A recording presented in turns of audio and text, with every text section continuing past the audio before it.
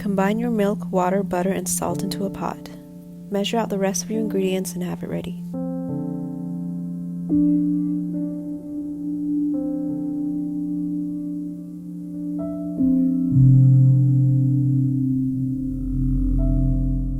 Bring your milk mixture to a boil. Turn down the heat to low and add your flour. Combine and keep stirring until it comes together. Continue stirring over the low heat to help some of the liquid evaporate.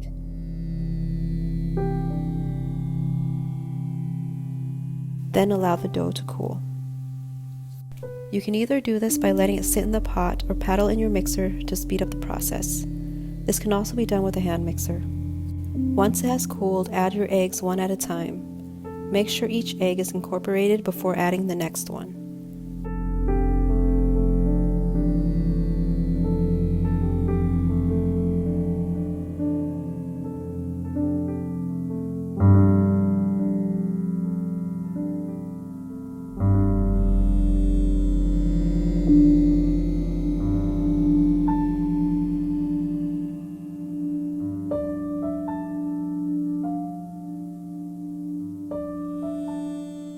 This is the texture you're looking for.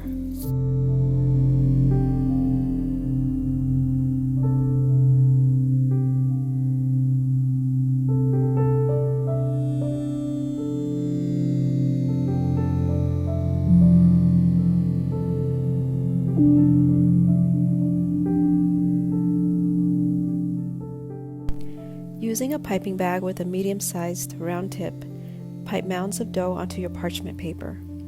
Give each puff some space because they do expand when they bake.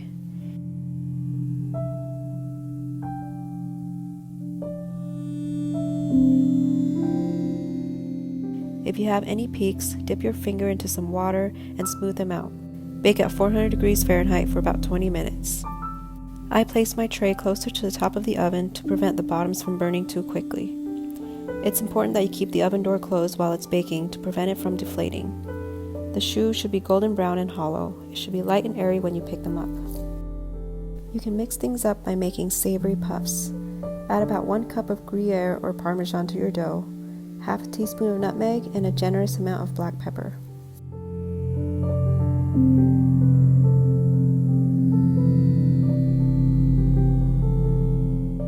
Pipe a somewhat flat disc and then place a cube of cheese in the middle. I'm using mozzarella, but any melting cheese will work.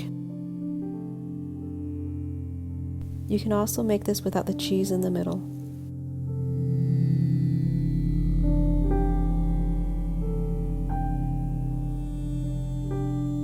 Then pipe around the cheese to seal it. You can further seal the puffs by using your finger. Don't forget to dip your finger in water to prevent the dough from sticking. Sprinkle some paprika and garlic salt on top and bake the same as the regular puffs.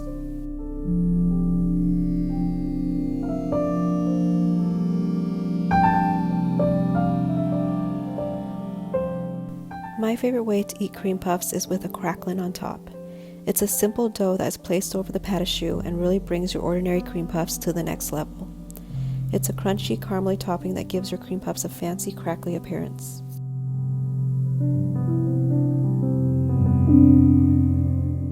Mix together your butter and light brown sugar.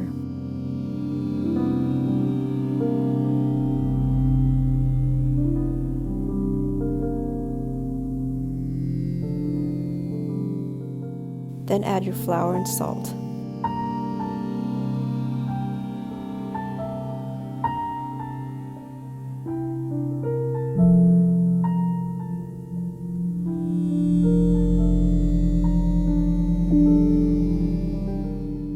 Roll it out between 2 pieces of parchment paper.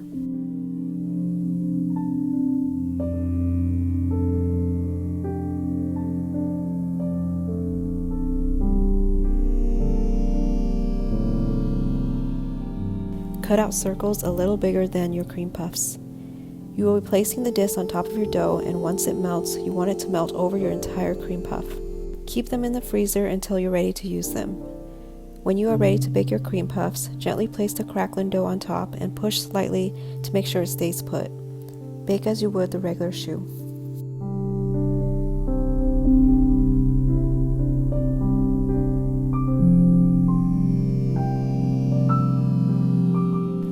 To make the pastry cream filling, add your milk and vanilla into a pot.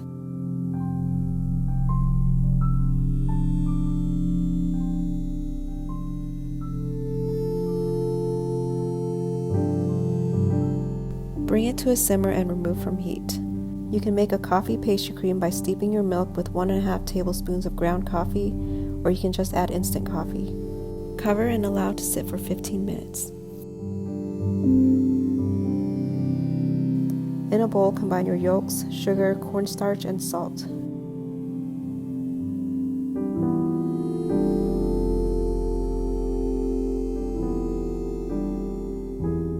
Whisk until the color lightens slightly.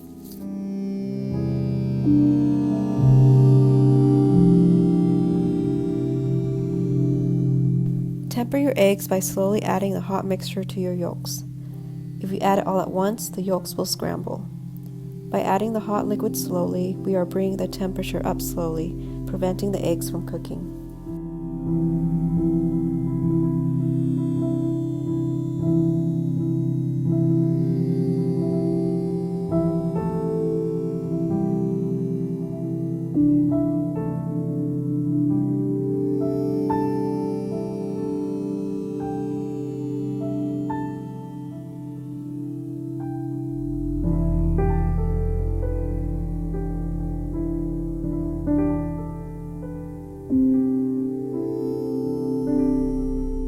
Once all the milk is added, put everything back into the pot and cook it over medium heat.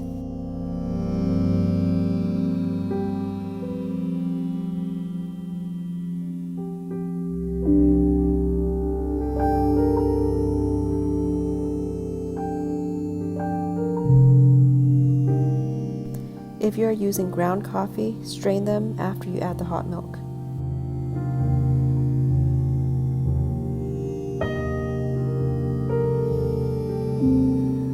Whisk constantly to prevent burning and the eggs from cooking on the bottom. Turn the heat down if you need to. Once it has boiled for about a minute, remove from the heat. Strain your pastry cream to remove any cooked eggs or lumps.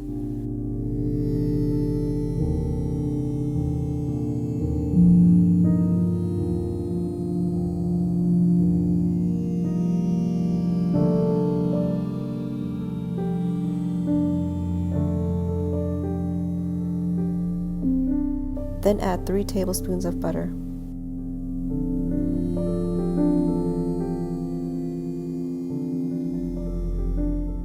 Cover with plastic wrap. Make sure the plastic is touching the pastry cream to prevent a skin from forming. Let the pastry cream cool. An optional finishing touch is by dipping your cream puffs into chocolate. If you choose to do so, heat up your cream to a simmer and add it to the chocolate. Let it sit for a couple minutes and stir until smooth.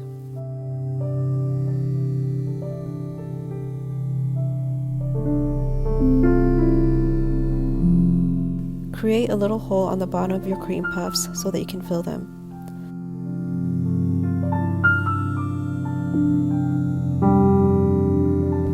Another option is to trim off the top. Fill your cream puff and then put the top back on.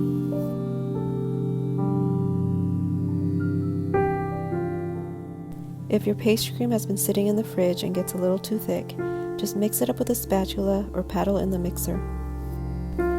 Fit your piping bag with a small round tip and fill with your cooled pastry cream. Also make sure your cream puffs are completely cooled before you fill them. Pipe your pastry cream into your cream puffs and move your tip around to make sure you fill every corner.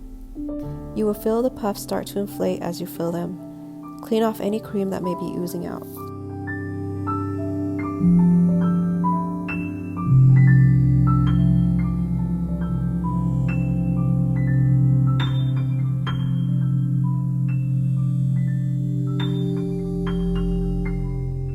I like to add jam and fresh strawberries to my cream puffs and top with a little whipped cream.